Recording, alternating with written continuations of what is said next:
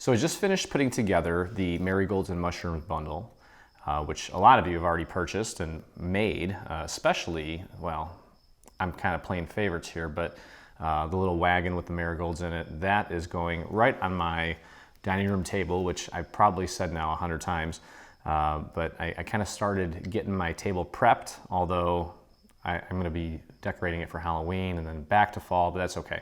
I'm just super excited to put this out there because of how beautiful it looks, and the decorations are going to kind of center around this piece. I'm looking for something to maybe elevate it a little bit more. But anyway, regardless, we've got a new freebie for you today, and it's a bushel basket, which you can make up pretty quickly. So say you're having just a fall themed dinner or even Thanksgiving dinner. I typically like to, when I have family over, regardless of, you know, if it's someone's birthday or what the occasion, I kind of like to decorate for the season, unless it's a child's birthday, of course. In that case, you don't do that, but I love to decorate for the seasons. So this is going to be a really cute favor that you can fill with some chocolates, some candies, a gift card, whatever it may be. And we're going to put that together today, and it's going to go together real quick. It's only a few pieces. So I have the main pieces here in front of me, and I've already pre-folded everything. I cut this out with the maker, so I've got the solid score lines here. And what we want to do is we want to join these two pieces together like this. Okay, so let's start by putting our glue on our tabs here. So start with the large tab here, and let's get some glue on there, and then I'm going to work that glue out to the very edge here. And then you can actually do this flat. So I'm just going to line this one up right next to it and just press that down. And give that a few seconds to set, and then what we're going to do is we're going to flip this over onto itself and kind of check our work, because this should lay nice and flat on top of the other piece that we just joined it to. And that's how you know that you've got it nice and aligned. So that looks really good. Let that glue set, give it a few moments here. Okay, and all that's left to do now, well, not quite, but we need to put some glue on this tab now so we can close this up and make it one solid piece. So go ahead and apply your glue there. And I'm going to work that glue right out to the edge. Just like that. And you should be able to just lay this down flat and bring this other side right over, and it should match up pretty perfectly there. And just give that a press. I'm going to go ahead and fold it over onto the seam where we're connecting everything, and maybe just make a slight little adjustment if it seems as if maybe it wasn't perfectly aligned, but it should lay flat like so. Okay, and there we go. It's all together. And now we just need to close it up. Okay, so go ahead and flip these tabs down, and we're gonna have to do this all in one shot here.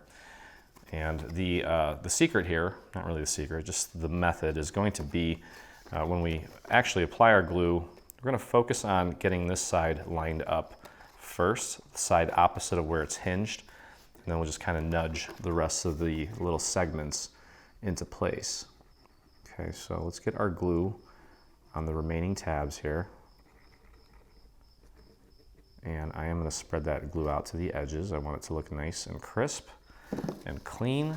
Let's go over to this side first, and that I might come back to that side if I have any leftover glue on my finger here, just to kind of add a little bit more, because I want a little soft on that edge there. There we go. Okay, so as I mentioned, you want to go ahead and flip this over and try to align it with this side first. Get that nice and aligned. Try to get it nice and centered. And then you can just kind of squeeze the rest of the sections into place. You can get your hand in there too and kind of push from the inside to get everything nice and lined up. Get everything nice and lined up. That made sense. Okay, That looks good. And you can put that down on your surface. I'm gonna grab a dowel and just push down from the inside on these tabs here. Pardon my big head. And that looks pretty darn good. Let me get right up to those little, right up to the creases there. So, you know, that's one thing that I've mentioned this before, and I'm gonna keep saying it, but sometimes those solid score lines just are not as crisp as the perforated ones, but that's okay. We're gonna just keep playing with that until we get really good at it. Okay, so now what we want to do is we can kind of sturdy this up. This is our little liner piece. You want to take a little bit of glue and just put it inside like that. And we're going to drop this in. And that's going to kind of sturdy it up, and it's going to hide all those tabs. It's going to make it look nice in there. And then we have these two pieces here that we're going to put inside here that are going to hide the little tabs there. It's going to make it look a little bit more seamless. Okay. Now you'll notice that I am actually putting glue on the texture side, and that's because I have the smooth side inside and I want to keep it consistent. So just drop it in there, but then just try to match up the little handle part. Make sure that the handle part is nice and matched up, and then go ahead and push that down. Okay, and that will also stabilize and reinforce our handle as well. So it's kind of a, you know, two birds with one stone sort of thing, which is always nice. Okay, so just pop that right in. And now we're gonna have some fun with some inking. I like to do the inking parts in the freebies since it's not overwhelming, and I can always refer to them when I get emails asking about the inking process. So pretty much halfway there. Now we want to go for a nice little rustic look to this. Okay, so I'm using a color called Potter's Clay, and I've got my felt applicator, which I was told are being discontinued, so I got to stock up on those and then find an alternative. And I'm actually going to take this and I'm going to rub it on the corners here, right on the edges, because I want to make this thing look nice and rustic. And I'm not afraid of overdoing it with this, because it's going to give it a little bit of character. So I'm really hitting the edges here, and then on accident, it's kind of rubbing off on the sides as well, which is exactly what I'm going for. Now this one is a little, I think this ink is a little dried up, but it's okay. Sometimes that's a good thing because it goes on very, very gently. Okay. Now this is not typically the technique that I use for inking a lot of things, but then again, I don't really ink a lot of edges like this often, so that's okay. Yep. Just give it a nice little distressed look, add a little color to it, and then we've got some embellishments that are going to go on top of this as well to kind of finish it off and make it look more realistic. Okay, so I'm just going around and just hitting the edges here. Now, what I might actually do too is I might actually take the pad and I'm going to run the actual pad right on the very edge of that to kind of make that a little bit of a deeper color. Just like that.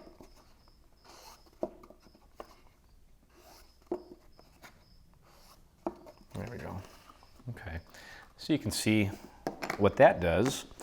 All right, now we have these yellow pieces here, and these are the little bands that are going to go around the top and the bottom, and I want to hit those with a little bit of a tan color. This is pumpkin spice, and I kind of pre-tested this on a scrap piece of that yellow just to kind of see what kind of look it was going to give me, and I really liked the effect and the color.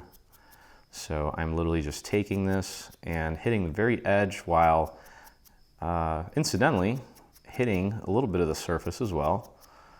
And I'm going to go all the way around. Actually, I'm not going to do the sides here because I want it to just be on the top and bottom. And I'm just going to go around and hit that with a little bit of ink.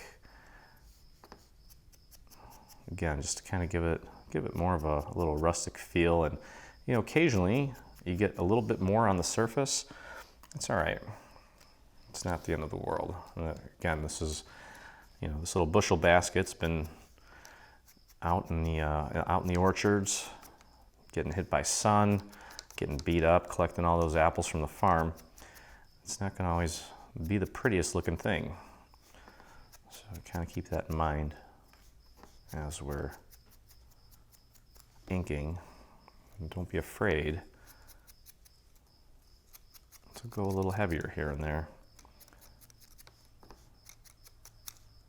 You know, for those of you that like to take furniture and distress it, you know, I think the more random you can make it, the better. You don't always want a total cookie cutter sort of look to something that you're going for, or going like you want a vintage feel. You don't want to make it all cookie cutter. Okay, so again, just kind of, it's a muscle memory thing. If you're not confident or you have no experience doing this, grab a piece of scrap paper before you actually apply it to the final product here and just test it out. Just get used to this little motion. It's very simple. And I think that, for me anyway, and it's all personal preference, I think the quicker I go, the happier I am usually with the end result. If you sit there and try to, you know, just go real slow, I end up getting a lot more ink on there than I probably really want, and it's not the look that I go for. But hey, again, art and crafting and so many things in life are subjective. What looks good to you may not look good to someone else. So go for what you have in your mind's eye and try to achieve that look. Okay, so I'm doing the top and the bottom, and then you know what I am going to do? Actually, once we get this on there, I'll take a look at it, and maybe I'll hit the little corners here too. We'll see. I'm not quite sure if I want to do that yet. Okay, so there's the inking, and let me take a look at something here. We've got a little red piece for the handles. We'll put those on after we get the little side pieces on. So you've got two sets of the yellow ones. Two are smaller, two are larger. The two that are smaller are going to go on the bottom. The two that are wider or longer are going to go at the top. Okay, so let's figure out how this is going to work. I'm assuming that it just kind of pops on like that, and it does. Okay, so the best way to do this, and for those of you that have built like a base for one of our little fairy houses or a lot of different things where we add a little bit of like an accent to a piece, we're going to go ahead and put glue on just one of the middle sections. And let's get that lined up with the very top. You want run your fingers along the very top edge and just make sure that everything's nice and flush. Make sure that these little corners match up with the corners on the actual bushel basket, and we're in good shape. Now we can flare this out and add some glue to the remaining. Let me move this ink out of the way before I have a disaster here. Throw some glue on the remaining sections here and get a little bit of glue right out to the very edge there. You don't want that peeling back or peeling off. And just run that right along the very top again, making sure that it's nice and flush with the very top there. And you can see what that's starting to look like. Looks great. And then we can flare this piece out. Get our glue on there. Get a little bit right out to the edge there. Okay. And get that in place. Get that nice and lined up. Okay, so there you see it. And there you have it. And then we've got another one here. And we are going to begin here. And before we glue it down, let's just check our work here. Make sure that that lines up nicely and matches up, and it does. So we'll start here just to get it anchored. I'll thin that out just a bit and pop that right into place. Make sure it's nice and flush at the top. Give that a little press there in the center. There we go. And we can flare this out. And just a tiny little bit of glue, don't need a lot. And then right up to that very edge there, you just kind of dab that a bit, it doesn't shoot out. And just press that over, try to match it up right with that other little corner there. Make sure it's flush on top, perfect. And then we'll flare this back, peel it back, whatever you want to call it. And get that there. Get that aligned with the top there, and that again should match up nicely and accurately with the other side there, and it does. And just give that a press. Okay, there we go. Nice little accent piece at the top. And we're going to do the same thing on the bottom here. Actually, you know what, before we do that, you can put our little handles on. So I've got 2 red handles that should fit perfectly right into that little spot there. So go ahead and just get a little bit of glue on there. Don't need a lot. And just match that up nicely. Get it nice and centered. Bam. Okay, that looks nice. Then we'll go over here. Other side, do the same thing. There we go. And there we go. Perfect. Okay, now we can work on the bottom here. And now you see these little cutouts here. You want to maybe keep them consistent with where the cutouts are up there. Okay, so let's start there. We'll start on that one. As long as you match one of them up, the rest of them should just kind of fall into place. And get that nice and lined up with the very base of our little bushel basket. Check your work there, make sure it's laying right on the little edge there. And we'll pull that back. Get that glued down. A little bit of glue right out to the very edge. Just fold that over.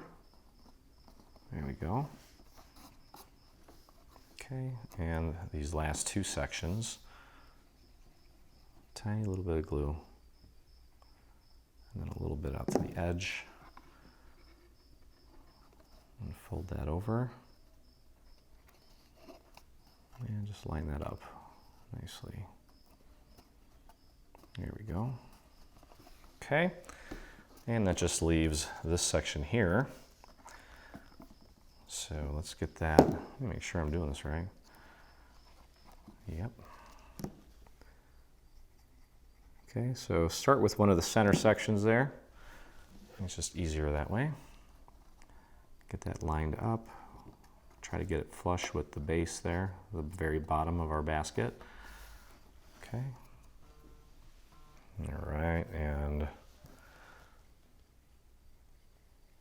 little bit of glue on the rest of this. A little bit right out to the edge. Just bring that over. Get that nice and aligned. There we go. And this last little section here. Throw a little bit of glue on there. And voila. Okay, so that's it for the yellow part. And then we do have a little red part that's going to go in the center just to finish it off.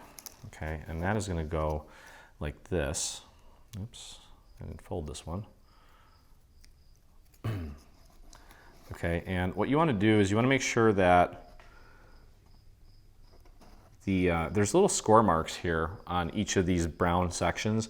You want to make sure that you get this lined up just below that score mark. This red piece should be centered between the 2 yellow. You don't want it up here above the score mark. You want it down here.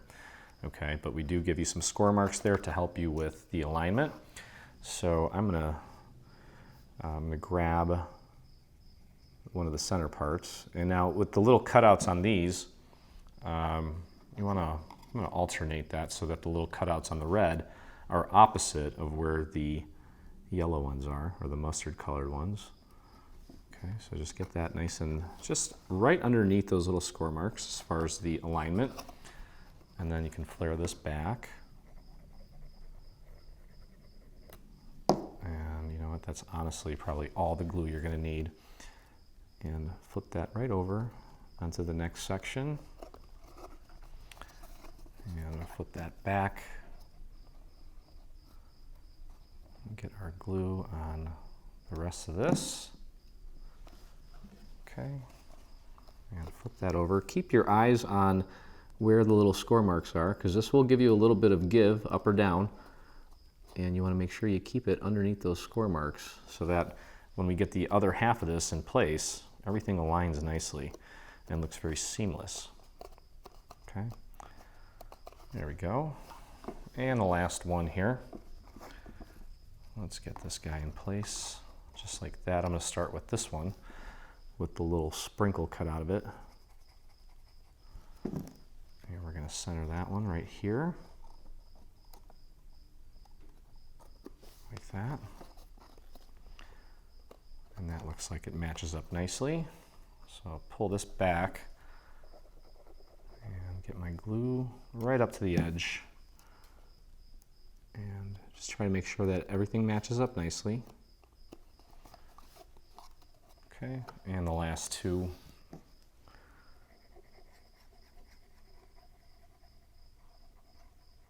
Right up to the edge. Keep your eyes on those little score marks. And there we go.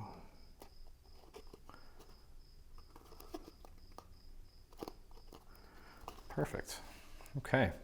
So as I mentioned before, I was kind of looking at the little corners of the orange part here, or the mustard part, and I'm going to just hit that with a little bit of ink just to distress that. And I've got some it's called American crinkle fill. Almost looks like some grass, like some hay or straw. I'll fill it with that, and then add some candies, and we are pretty much ready to go. A beautiful little complement to our all-new marigolds and mushrooms SVG bundle, which is available, well, for now, limited time, free with purchase of $9.98 or more. And look at that. What a great little party favor. Very simple to put together. Hope you guys enjoyed the process. If you did, please take a moment and hit that subscribe button. Helps my little counter back there go up and lets me know that you enjoy hanging out and crafting with me. And if you make this or anything from our new bundle, we'd love to see it. So join us in the official group on Facebook by doing a search for Dreaming Tree Group up at the little search box in your Facebook. And you can join myself and the 14,600 plus dreamers that inspire us daily. So thank you again for hanging out with me, and I look forward to crafting with you next time.